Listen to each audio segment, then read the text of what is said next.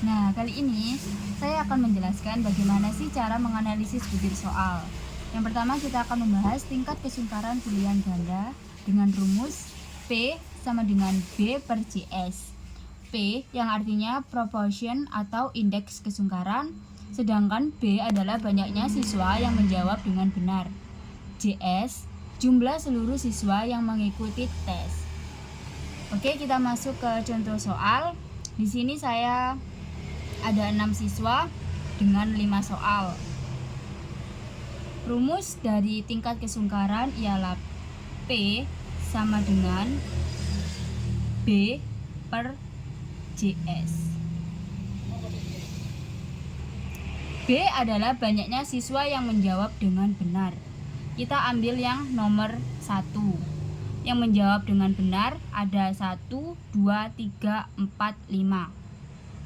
5 per banyaknya siswa yang mengikuti tes ada 1, 2, 3, 4, 5, 6 sama dengan 5 per 6 sama dengan 0,83.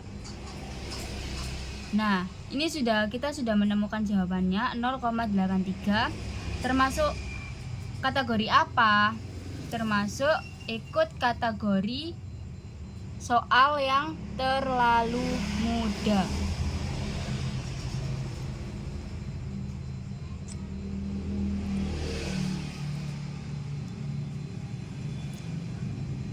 Begitupun seterusnya untuk mencari tingkat kesungkaran pilihan ganda. Untuk yang kedua kita masuk ke tingkat sukaran raya dengan TK sama dengan MEA atau skor dibagi yang telah ditetapkan. Rumus kedua ada TK dan nilai siswa per jumlah siswa. Kita masuk ke contohnya. Di sini ada 6 siswa, yaitu A, B, C, D, E, dan F. Kita masuk ke rumus. Sebelum kita mendapatkan nilai rata-rata skor, kita memakai rumus yang kedua terlebih dahulu, yaitu A dengan yaitu 11 per jumlah A 1, 2, 3, 4, 5, 6. Setelah kita jumlah dengan hasil 3,16. Nah, ini kita sudah menemukan rata-rata skor. Setelah itu kita masuk rumus yang pertama. K sama dengan 3 per 3,16 per skor maksimal yang ditetapkan, yaitu 5.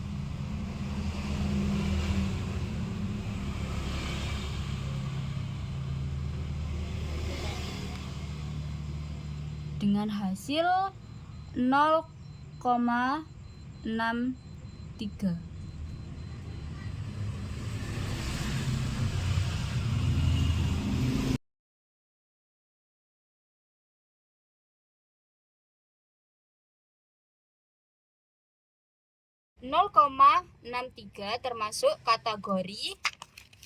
termasuk kategori sedang.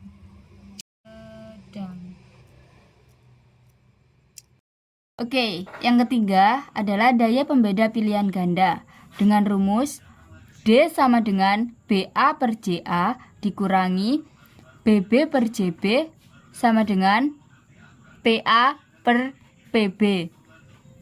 D sama dengan daya pembeda, BA sama dengan banyaknya siswa kelompok atas yang menjawab dengan benar, JA sama dengan jumlah siswa kelompok atas, BB sama dengan banyaknya siswa kelompok bawah yang menjawab dengan benar, JB sama dengan jumlah siswa kelompok bawah.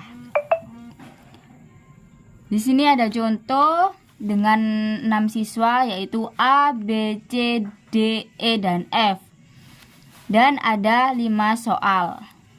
Seperti ini. Setelah itu kita masuk ke rumusnya daya pembeda pilihan ganda. Sebelum itu, setelah kita membuat tabel, kita kelompokkan menjadi kelompok atas dan kelompok bawah. Baru kita bisa masuk ke rumusnya. BA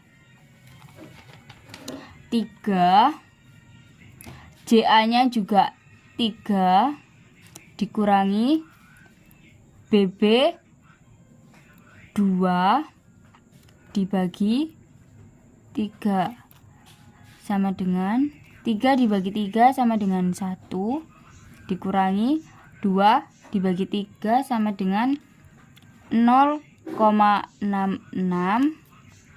Hasilnya jadi 0,34. Kita lihat 0,34 ini termasuk kategori apa? Termasuk kategori cukup.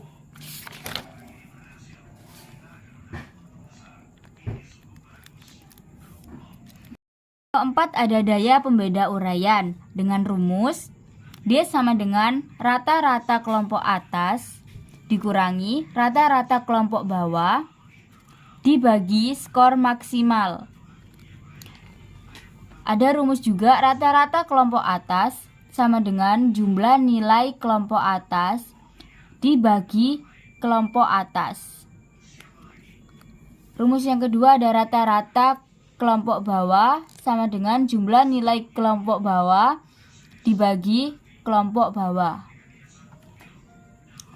Ada contoh dengan 5 siswa, yaitu A, B, C, D, dan E. Ini kita pakai yang nomor 1 dengan skor maksimal 5. Kita masuk ke rumus, yaitu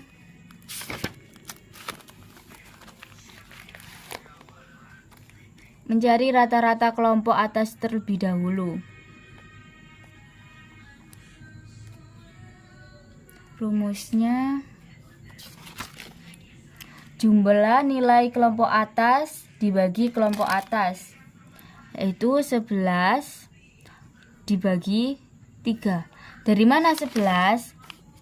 Ini 5 ditambah 3 ditambah 3 hasilnya 11. Hasilnya 11. Dan dari mana 3? Dari jumlah kelompok bawahnya, kelompok atas, 1, 2, 3 sama dengan 3,66. Setelah itu kita mencari rata-rata kelompok bawah. Jumlah nilai kelompok bawah dibagi kelompok bawah, yaitu 3 dibagi 2 sama dengan 1,5. Setelah itu kita baru masuk ke rumus daya pembeda uraiannya dengan rumus rata-rata kelompok atas dikurangi rata-rata kelompok bawah dibagi skor maksimal. Jadi 3,66 ini rata-rata kelompok atas dikurangi 1,5 rata-rata kelompok bawah dibagi skor maksimal. Skor maksimalnya kita memakai 5. 5 ada pengecoh soal. P sama dengan banyaknya peserta tes yang memilih pengecoh tertentu. N sama dengan banyaknya seluruh peserta tes. B sama dengan banyaknya peserta tes yang menjawab dengan benar. N kecil sama dengan banyaknya alternatif jawaban. 1 sama dengan bilangan tetap.